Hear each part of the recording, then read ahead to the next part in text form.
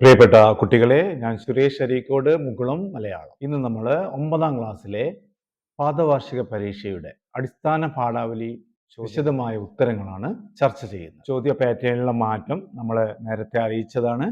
ചോദ്യങ്ങൾ നമുക്ക് വിശദമായിട്ട് നോക്കാം. 1 മുതൽ 4 വരെ ചോദ്യങ്ങളുടെ ഉത്തരം തിരഞ്ഞെടുത്ത് എഴുതുക. ഒരു സ്കോർ വീതമാണ്. ഒന്നാമത്തെ ചോദ്യം: എന്തായാലും നിധി കുംഭങ്ങളാണ് ഹിമാലയം തന്നതൊക്കെ. നിധി കുംഭം എന്ന പ്രയോഗത്തിന്റെ സാന്ദർഭികമായ അർത്ഥം എന്ത് എന്നാണ് ചോദ്യം. ശരിയായ ഉത്തരം ഏതാണ്? യാത്രയിലൂടെ നേടിയ അമൂല്യമായ ജീവിത പാഠങ്ങൾ എന്നാണ് ശരി ഉത്തരമായി തിരഞ്ഞെടുക്കേണ്ടത്.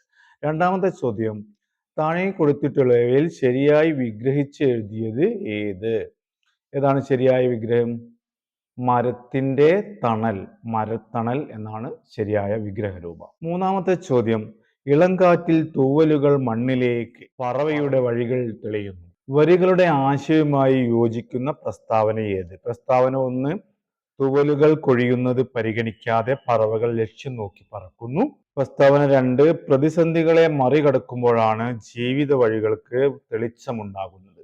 ശരി ഉത്തരമായിട്ട് നിങ്ങൾ തിരഞ്ഞെടുക്കേണ്ടത് പ്രസ്താവന 1ഉം പ്രസ്താവന 2ഉം ശരി എന്ന് പറയുന്ന സി ഉത്തരമാണ് തിരഞ്ഞെടുക്കേണ്ടത്. നാലാമത്തെ ചോദ്യം: എൻ്റെ സ്വന്തം അർബാബിന്റെ വാഹനത്തിലാണ് ഞാൻ യാത്ര ചെയ്യുന്നത്. മണൽ കൂനകൾക്കിടയിലൂടെ എന്ന നോവൽ ഭാഗത്ത് നിന്ന് എടുത്തതാണ്. ഈ കഥാസന്ദർഭത്തിൽ പ്രകടമാകുന്ന നജീബിന്റെ ചിന്ത എന്തായിരിക്കും? 4 ഓപ്ഷൻ തന്നിട്ടുണ്ട്. ശരി ഉത്തരമായിട്ട് തിരഞ്ഞെടുക്കേണ്ടത് ഭാവി ശോഭനമാകുമെന്ന പ്രതീക്ഷ. 5 മുതൽ 6 വരെ ചോദ്യങ്ങൾക്ക് 3ഓ 4ഓ വാക്യത്തിൽ ഉത്തരം എഴുതേണ്ടുന്ന ചോദ്യങ്ങളാണ്. സ്കോർ 3ആണ്. 2 ചോദ്യങ്ങൾക്ക് ഉത്തരം എഴുതാം. 5ാമത്തെ ചോദ്യം: ജരാനര ബാധിച്ച ആ പടുകിഴവൻ പാത പാടങ്ങളുടെ നടുവിലൂടെ അങ്ങനെ വളഞ്ഞു പോകുന്നു. ശാന്തിനികേതനം എന്ന യാത്രാവിവരണത്തിൽ നിന്ന് എടുത്തിട്ടുള്ള ഭാഗം.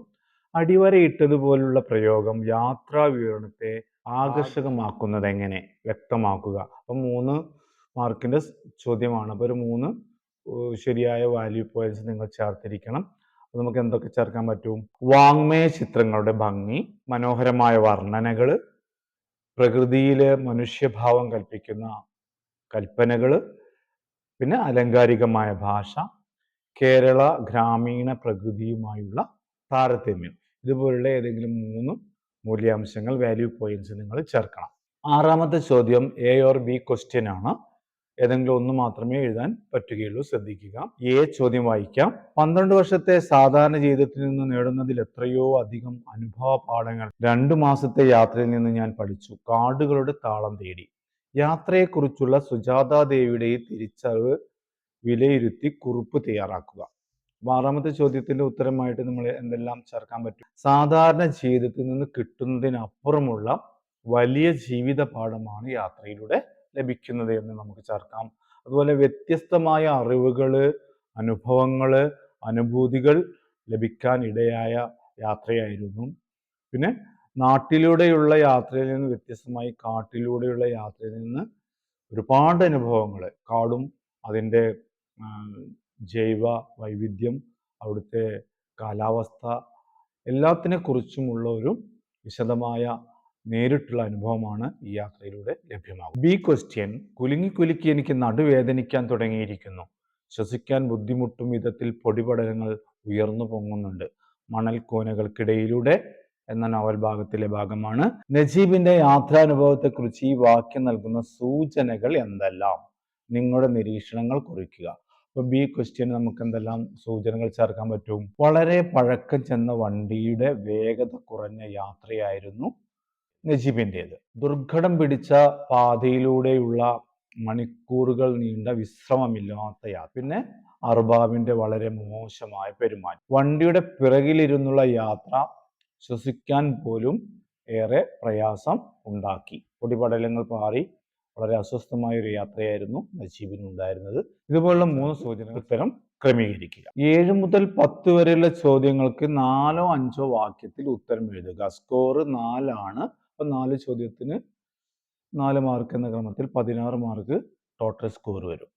7ാമത്തെ ചോദ്യം നോക്കൂ. വായുവിൽ സംഗീത വീചികൾ പോലെ പരിസരത്തിലെ വിശാലതയിൽ കുറേ കുടിലുകൾ ഉൾച്ചേർന്ന് കിടക്കുന്നു. ശാന്തിനികേതനത്തിലെ വരികളാണ്. ഭാഷയുടെ സൗന്ദര്യം കാഴ്ചയുടെ അനുഭൂതി പകർന്നു നൽകുന്നുണ്ടോ? എസ് കെ പൊറ്റക്കാടിന്റെ രചനാശൈലിയെ മുൻനിർത്തി സ്വാഭിപ്രായം സമർത്ഥിക്കുക. നമ്മൾ 4 മാർക്കിന്റെ ചോദ്യമാണ്. പ്രധാനപ്പെട്ട ഒരു 4 മൂല്യാംശങ്ങൾ, വാല്യൂ പോയിന്റ്സ് ചേർക്കണം. 7ാമത്തെ നമുക്ക് എന്തെല്ലാം ഉത്തരങ്ങളായിട്ട് ചേർക്കാം? ശാന്തി നികേതനത്തെ കുറിച്ചുള്ള എസ് കെ പൊറ്റക്കാടിന്റെ മനോഹരമായ വർണ്ണനകൾ, അതിർത്തി നിർണയം ചെയ്യുന്ന ഭിത്തികൾ പോലുമില്ല എന്ന പരാമർശം, പരിസരത്തിന്റെ വിശാലതയിൽ ചേർന്ന് കിടക്കുന്ന കുടിലുകൾ, വാങ്മയ ചിത്രങ്ങൾ കൊണ്ട് തീർക്കുന്ന മനോഹരമായ ദൃശ്യാനുഭവം, ഗ്രാമീണ പശ്ചാത്തലവുമായി താരതമ്യം ഉൾക്കൊള്ളുന്ന ആലങ്കാരിക ഭാഷ. അതായത് കേരളത്തിന്റെ ഒരു ഗ്രാമീണ പശ്ചാത്തലവുമായിട്ടുള്ള ആലങ്കാരികമായ ഭാഷ എസ് കെയുടെ ലേഖനത്തില് ഒരു പ്രത്യേകതയായിട്ട് നമുക്ക് കാണാൻ പറ്റും. ഇങ്ങനെയുള്ള 4 പോയിന്റ്സ് ചേർത്ത് നിങ്ങൾ ഉത്തരം ക്രമീകരിക്കുക. 8ാമത്തെ ചോദ്യമാണ്, വ്യത പോലറിവോതിടുന്ന സദ്ഗുരുവും മർത്യനു വേറെയില്ല താൻ. കുമാരനാശാന്റെ വരികളാണ്. ഗൾഫിന്റെ വീതികളിലൂടെയുള്ള എൻ്റെ ആദ്യ യാത്ര അതിങ്ങനെ തുറന്ന വണ്ടിയിലായത് എന്നെ കുറച്ച് വേദനിപ്പിച്ചെങ്കിലും കൂടുതൽ സന്തോഷിപ്പിക്കുകയാണ് ചെയ്തത്. മണൽ കൂനകൾക്കിടയിലൂടെ എന്ന നോവൽ ഭാഗത്തിൽ ആടു ജീവിതത്തിലെ നോവൽ ഭാഗമാണ് തന്നിരിക്കുന്നത്. 2 രചനാ സന്ദർഭങ്ങളിലെയും ജീവിത സന്ദേശം കണ്ടെത്തി കുറിപ്പ് തയ്യാറാക്കണം. അപ്പോൾ ആശാന്റെ വരികളുടെയും ഈ തന്നിരിക്കുന്ന നോവൽ ഭാഗത്തിലെ ആശയങ്ങൾ കണ്ടെത്തിയിട്ട് കുറിപ്പ് തയ്യാറാക്കാൻ സന്ദേശമാണ്, ജീവിത സന്ദേശമാണ് നിങ്ങൾ എഴുതേണ്ടത്. 8ാമത്തെ ചോദ്യത്തിൽ നമുക്ക് എന്തൊക്കെ ചേർക്കാൻ പറ്റും? വേദനാജനകമായ അനുഭവങ്ങൾ നൽകുന്ന തിരിച്ചറിവുകളാണ് തന്നിരിക്കുന്ന 2 ഭാഗങ്ങളും സൂചിപ്പിക്കുന്നത്. പ്രയാസങ്ങൾക്ക് നടുവിലും ജീവിതത്തെക്കുറിച്ചുള്ള പ്രതീക്ഷ അല്ലെങ്കിൽ പ്രത്യാശ വെച്ചു പുലർത്തുന്ന ഒരു കാഴ്ചപ്പാട് ഇതിലുണ്ട്, ആ ഒരു സന്ദേശം ഇതിലുണ്ട്. ഏറെ പ്രതീക്ഷയോടെ ആയിരുന്നു നജീബിന്റെ ഗൾഫ് യാത്ര. പക്ഷെ അർബാബിന്റെ പെരുമാറ്റവും യാത്രാനുഭവവും ഏറെ പ്രയാസങ്ങൾ സൃഷ്ടിക്കുന്നുണ്ട്. പൊടിപടലങ്ങൾ നിറഞ്ഞ് ശ്വസിക്കാൻ പോലും പ്രയാസപ്പെടുന്ന ദുരിതയാത്രയായിരുന്നു. എങ്കിലും ഭാവിയെക്കുറിച്ച് ശോഭനമായ സ്വപ്നങ്ങൾ കണ്ടുകൊണ്ടായിരുന്നു നജീബിന്റെ യാത്ര. അതായത് വളരെ പ്രതീക്ഷ അല്ലെങ്കിൽ പ്രത്യാശ വെച്ചു പുലർത്തുന്ന ഒരു മനസ്സ് ആർക്കുണ്ടായിരുന്നു? നജീബിന് ഉണ്ടായിരുന്നു. ഇനി 9ാമത്തെ ചോദ്യം, കുഞ്ഞിനെ എന്ന പോലെ വിത്തിനെ മടിയിൽ വെച്ച്, സ്മാരകം എന്ന കവിതയിലുള്ളതാണ്. അപ്പൂപ്പൻ താടിക്ക് മാതൃഭാവം നൽകിയതിന്റെ ഔചിത്യം വിശദമാക്കും. 9ാമത്തെ ചോദ്യത്തിൽ നമുക്ക് എന്തെല്ലാം പ്രധാന മൂല്യാംശങ്ങൾ ചേർക്കാൻ കഴിയും? ഒരമ്മ കുഞ്ഞിനെയും മടിയിൽ വെച്ച് യാത്ര ചെയ്യുന്നത് പോലെയുള്ള അപ്പൂപ്പൻ താടിയുടെ യാത്രയെക്കുറിച്ചാണ് പറയുന്നത്. വളരെ ശ്രദ്ധയോടെയും കരുതലോടെയുമുള്ള അപ്പൂപ്പൻ താടിയുടെ പറക്കൽ, ഒരു കാലത്ത് താൻ ഇല്ലാതാകുമ്പോൾ താനായി മാറാൻ സാധ്യതയുള്ള വിത്തിനെയും വഹിച്ചുകൊണ്ടുള്ള അപ്പൂപ്പൻ താടിയുടെ പറക്കലാണ് മാതൃഭാവ കൽപ്പന ഔചിത്യ പൂർണ്ണമാകുന്നത്. 4 പോയിന്റ്സ് ചേർത്തുകൊണ്ട് നിങ്ങൾ ഉത്തരം എഴുതിയാൽ മതി. 10ാമത്തെ ചോദ്യം വരുന്നത് എ ഓർ ബി ക്വസ്റ്റ്യൻ ആണ്. എ ക്വസ്റ്റ്യൻ, പോരെ മറ്റൊരാളാവാൻ ഇത്രയൊക്കെ പോരെ? ഒക്കെ പ്രായോഗിക ജീവിത പാഠങ്ങൾ. കാടുകളുടെ താളം തേടി. നടക്കുംതോറും തെളിയും വഴികൾ എന്ന ശീർഷകത്തെ മുൻനിർത്തി സുജാത ദേവിയുടെ ഈ നിരീക്ഷണം വിലയിരുത്തി വിശകലനം ചെയ്യുക. 10ാമത്തെ ചോദ്യത്തിന് നമുക്ക് എന്തെല്ലാം ഉത്തരമായിട്ട് ചേർക്കാൻ പറ്റും? ദേശസഞ്ചാരത്തിലൂടെ മനുഷ്യരിൽ രൂപപ്പെടുന്ന വിവിധ മൂല്യങ്ങളും മനോഭാവങ്ങളുമാണ് നടക്കും തോറും തെളിയും എന്ന വഴികൾ ഓർമ്മിപ്പിക്കും. യാത്ര പകർന്നു നൽകിയത് വ്യത്യസ്തമായ അനുഭവവും അറിവും അനുഭൂതിയും ജീവിത പാഠങ്ങളും ആയിരുന്നു. കാട്ടിനുള്ളിലെ ജീവിതത്തിന്റെ താളം പ്രത്യേക അനുഭൂതിയായിരുന്നു. യാത്രയുടെ ദൈർഘ്യം, തീവ്രത, ക്ലേശം എന്നിവ തിരിച്ചറിയാനും അത് ജീവിതയാത്രയായി കാണാനും കഴിയുന്ന ഒരു മാനസികാവസ്ഥ വളരെ മനോഹരമായിട്ട് ഇതിൽ അവതരിപ്പിച്ചിട്ടുണ്ട്. അത് തന്നെയാണ് ഇതിൻ്റെ ഒരു പ്രത്യേകത. 10ാമത്തെ ചോദ്യം, ബി ചോദ്യം നോക്കുക. അറിവില്ലായ്മയുടെ ഭാരക്കുറവിൽ അത് പറക്കുന്നു. സ്മാരകം. അപ്പൂപ്പൻ താടിയുടെ സവിശേഷതകളുമായി ബന്ധിപ്പിച്ച് ഈ വരികളുടെ പൊരുൾ വിശദമാക്കുക. ഈ വരി കൊണ്ട് എന്താണ് ഉദ്ദേശിക്കുന്നത്, അതിന്റെ സത്യം എന്താണ് എന്നാണ് നിങ്ങൾ ഉത്തരമായിട്ട് എഴുതേണ്ടത്. അറിവില്ലായ്മയുടെ ഭാരക്കുറവ് എന്നത് അപ്പൂപ്പൻ താടിയുടെ സവിശേഷതയുമായി ചേർന്ന് നിൽക്കുന്ന പ്രയോഗമാണ്. നാം ജീവിക്കുന്ന ലോകത്ത് നമ്മെക്കുറിച്ച് മറ്റുള്ളവർക്ക് ഏറെ പ്രതീക്ഷകളും സ്വപ്നങ്ങളും ഉണ്ടാകും. അത് നമ്മളിൽ വലിയൊരു ഭാരമായിട്ടോ ഒരു ബാധ്യതയായിട്ടോ ഒക്കെ മാറാറുണ്ട്.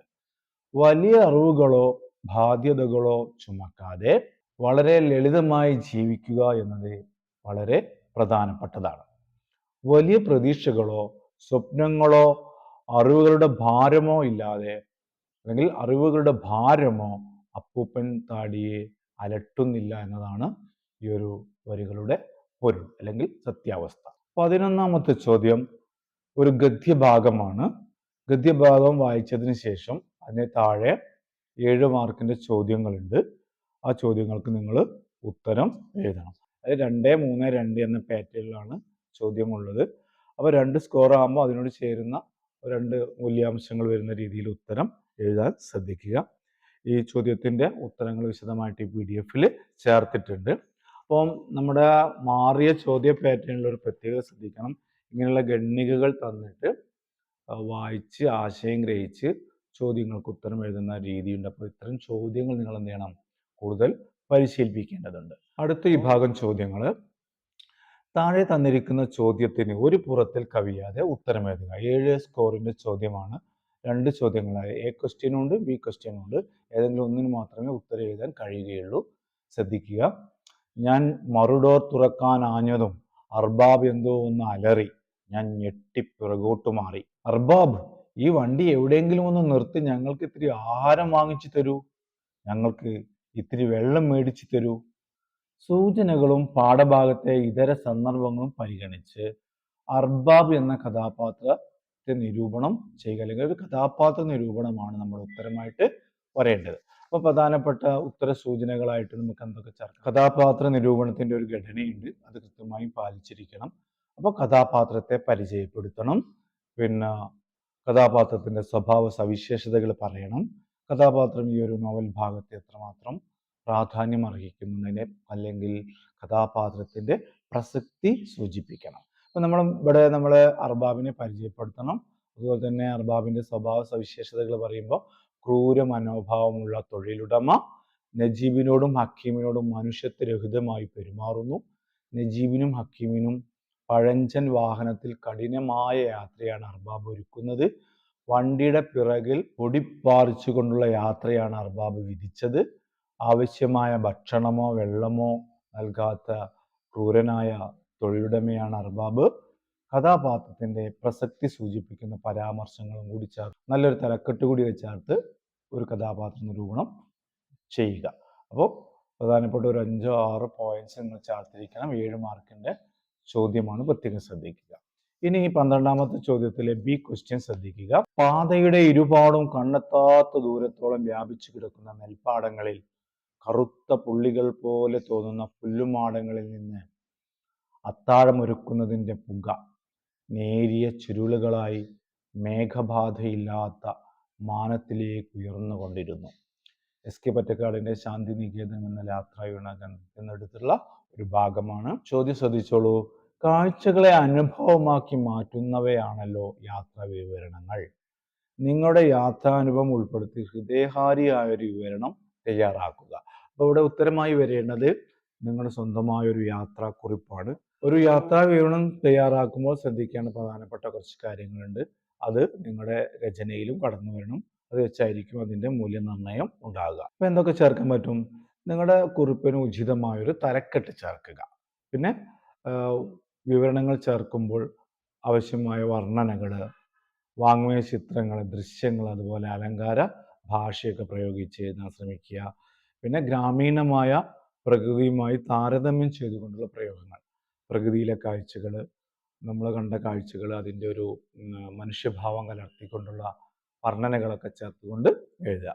പിന്നെ അനുഭൂതി, അറിവ്, അനുഭവപാഠം പകർന്നു നൽകുന്ന യാത്രയുടെ ഒരു ഹൃദ്യത, അതായത് നിങ്ങൾ നടത്തിയ യാത്രയിൽ നിങ്ങൾക്കുണ്ടായിട്ടുള്ള പുതിയ അറിവുകൾ, നല്ല നല്ല അനുഭവങ്ങൾ, അതുപോലെ തന്നെ ആ യാത്രയുടെ ഒരു അനുഭൂതി, ഇതെല്ലാം പ്രകടമാകുന്ന രീതിയിലായിരിക്കണം രചന. അതുപോലെ തന്നെ നല്ല ഭാഷ, ആഖ്യാന മികവ് ഒരു പ്രധാന ഘടകമാണ്. ആകർഷകമായ ഭാഷയിൽ എഴുതുമ്പോഴാണ് എന്ത് ചെയ്യുക, നന്നായി വായിക്കാൻ നമുക്ക് തോന്നുന്നത്. അതുപോലെ തന്നെ ഉള്ള കാര്യങ്ങൾ ലളിതമായ ഭാഷയിൽ വളരെ ആകർഷകമായിട്ട് പ്രസൻറ്റ് ചെയ്യുകയും ചെയ്യുക. ഇത്രയും കാര്യങ്ങൾ ശ്രദ്ധിച്ചാൽ നല്ലൊരു യാത്രാ വിവരണക്കുറിപ്പ് നിങ്ങൾക്ക് എഴുതാൻ പറ്റും. 7 മാർക്കിൻ്റെ ചോദ്യമാണ്. അപ്പോൾ സമയം ക്രമീകരിച്ച് ഉത്തരങ്ങൾ എഴുതുക. ഇതിൻ്റെ PDF, ഡീറ്റെയിൽഡ് ഉത്തരങ്ങളുടെ PDF ഞാൻ ഇതിൻ്റെ ഡിസ്ക്രിപ്ഷനിൽ കൊടുക്കുന്നുണ്ട്. നിങ്ങളത് ഡൗൺലോഡ് ചെയ്ത് ഉത്തരങ്ങൾ കൃത്യമായി പഠിക്കുക. ഓരോ ടേമിൻ്റെയും കൃത്യമായി പഠിച്ചു പോകുമ്പോൾ നിങ്ങൾക്ക് കൃത്യമായ ഉത്തരങ്ങൾ നല്ല രീതിയിൽ എഴുതാൻ സാധിക്കും. മുകുളം മലയാളം ചാനൽ നിങ്ങൾ സബ്സ്ക്രൈബ് ചെയ്തിട്ടില്ലെങ്കിൽ സബ്സ്ക്രൈബ് ചെയ്യുക, കൂട്ടുകാരോട് പറയുക. ഹൈസ്കൂൾ ക്ലാസ്സുകളിലെ മലയാളത്തിൻ്റെ എല്ലാ വിഭവങ്ങളും മുകുളം ചാനലിൽ ലഭ്യമാണ്. നിങ്ങൾക്ക് എന്ത് സംശയം ഉണ്ടെങ്കിലും അതുപോലെ തന്നെ പഠനക്കുറിപ്പുകൾക്ക് വേണ്ടി നേരിട്ട് ബന്ധപ്പെടാവുന്നതാണ്. എൻ്റെ വാട്സപ്പ് നമ്പർ ഈ വീഡിയോയുടെ അവസാനം നൽകിയിട്ടുണ്ട്. ഇനി മറ്റൊരു വീഡിയോയിൽ കാണും വരെ എല്ലാവർക്കും നമസ്കാരം.